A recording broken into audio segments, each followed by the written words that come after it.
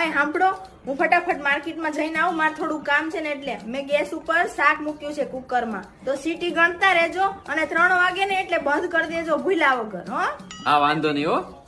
ધ્યાન રાખજો. એ હા હો. થોડીક વાર પછી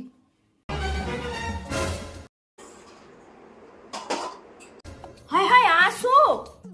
કુકર ફાટી ગયું. તમે હતા ક્યાં? હું તો અહીંયા જ ઉભો હતો. તો પછી ગેસ કેમ બંધ ન કર્યો? હવે તે તો કીધું તું 3 વાગે બંધ કરી દેજો, હજી 3 ક્યાં વાગ્યા છે? હે ભગવાન, અરે મેં સીટી 3 વાગે તો બંધ કરજો એમ કીધું, તું ઘડિયાળમાં 3 વાગે તો નહીં.